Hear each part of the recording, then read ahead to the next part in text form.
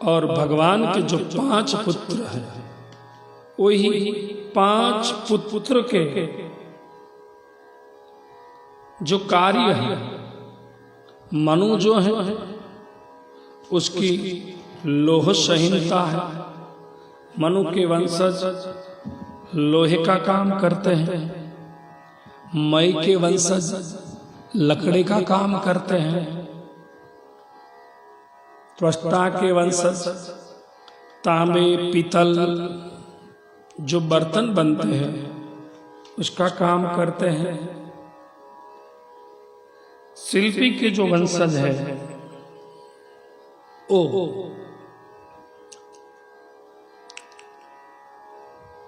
पत्थर,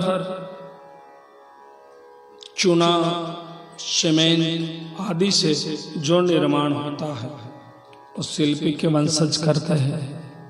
और देवज्ञ उसके जो वंशज हैं उस सुवर्ण चांदी आदि का काम करते हैं। भगवान के 5 पुत्र मनु और मनु के वंश में 25 गोत्र प्रवर्तक हुए, मतलब मनु के 25 पुत्र हुए। मई के 25 गोत्र प्रवर्तक हुए। त्वष्टा के भी 25 हुए। शिल्पी के 25 हुए। देवज्ञ के 25 हुए। सबकी अपनी अपनी एक संहिता है। और एक के 25 कितने हो गए?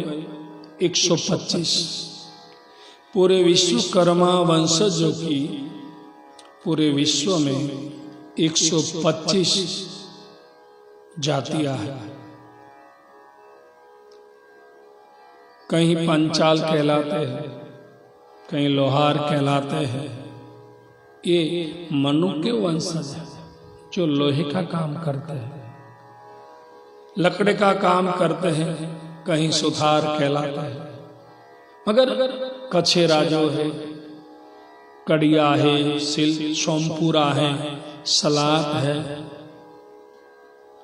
स्वर्णकार है, उसकी एक पहचान कर्मों से तो हुई। विश्वकर्मा तो है ही, मगर ऐसा भी हुआ है कहीं किसी प्रांत में जाते हो तो वही प्रांत एक उसकी पहचान बन जाती है। कई प्रांतों से पहचान होती है। पूरे अपने भारत में ही देखे तो गुर्जर सुथार, मेवाड़ा सुथार, वंश सुथार, बढ़ई, खाती, जांगीर, ओझा, मालवीय, आप देखें पूरे भारत में सभी विश्वकर्मा वंशज हैं। कहीं बढ़ई कहलाते, कहीं खाती कहलाते, कहीं रामगढ़िया कहलाते हैं, कहीं वंश सुथार कहलाते, कहीं मेवाड़ा सुथार कहलाते, कहीं पांचाल कहलाते, कहीं मैथिल, कहीं ओझा, कहीं पहचान प्रांतों से बनी है, मगर है तो विश्वकर्मा ही। और एक बात मैं सदैव अपनी कथा में कहता हूं कि आप चाहे बढ़ई हो, खाती हो, जांगीड़ हो, मेवाड़ा हो, वंश हो, ओझा हो, जो भी हो, रामगढ़िया हो, अपनी सामाजिक कौटुंबिक व्यवस्था बनी रहे, उसी हिसाब से एक अपना एक संगठन भी हो, वो भी जरूरी है। वो अपनी निजी व्यवस्था। मगर जब सार्वजनिक विश्वकर्मा समाज की बात आती है पूरे भारतवर्ष की, तब मैं खाती हूँ, मैं बढ़ई हूँ, मैं जांगीड़ हूँ, मैं वंश हूँ, मैं लोहार हूँ, मैं ये हूँ, मैं ये हूँ, ये सब छोड़कर हम विश्वकर्मा हैं, यही बात लेकर एक हो जाए। सार्वजनिक रूप से अपनी सामाजिक व्यवस्था बनी रही, ठीक है, उसमें हम कहीं भी आपको हस्तक्षेप करना मैं करूंगा भी नहीं, मेरा काम भी नहीं, मगर एकता, संगठन, एकीकरण होना जरूरी है। वह कई लोग प्रयास कर रहे हैं, अच्छी बात है। और मैं तो ये भी देखता हूं कि जो समाज के संगठन के लिए निकले हैं, समाज को एकत्रित करने के लिए निकले हैं, जो लोग हैं, मैं देखता हूं समाज को जो एक साथ बिठाने के लिए निकले हैं, ऐसे लोग एक साथ नहीं बैठ सकते। अब स्वयं एक साथ नहीं बैठ सकते तो समाज को एक साथ कैसे बिठाएंगे? बहुत बड़ा प्रश्न है। जातिवाद को जन्म दे दिया, ये बढ़ाई, ये जांगीड़ी, ये फला है, ये फला है। अपनी अपनी रोटी पकाने के लिए ये सब हो रहा है। मैं तो हर जगह पे 20 साल से घूम रहा हूं। पूरा विश्वकर्मा समाज एक ही है, उसका इंजन विश्वकर्मा को बनाना। मगर आज लोग इसे प्रधान बनना है, अध्यक्ष बनना है, बस अध्यक्ष पद से हटा दिया तो एक अपना निजी संगठन बना लिया। समाज में जितने जितने भी संगठन बन रहे हैं, कभी समाज की एकता नहीं होगी, क्योंकि वो समाज बटा जा रहा है। संगठनों को एक होना चाहिए। मैंने अपना बना लिया, दूसरों ने उसका बना लिया, अपना अपना ग्रुप बन रहा है, समाज टूट रहा है। समाज को, हर को, सबको नेता बनना है, बस।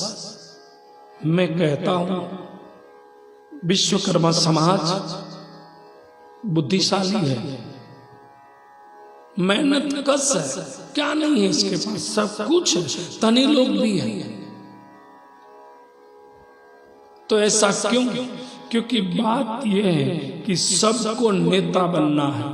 तो मैं तो कहता हूं कि इस समाज को नेता की जरूरत नहीं है, एक अच्छे प्रणेता की जरूरत है, जो समाज को प्रेरित कर सही रास्ते पे लेकर आ जाए।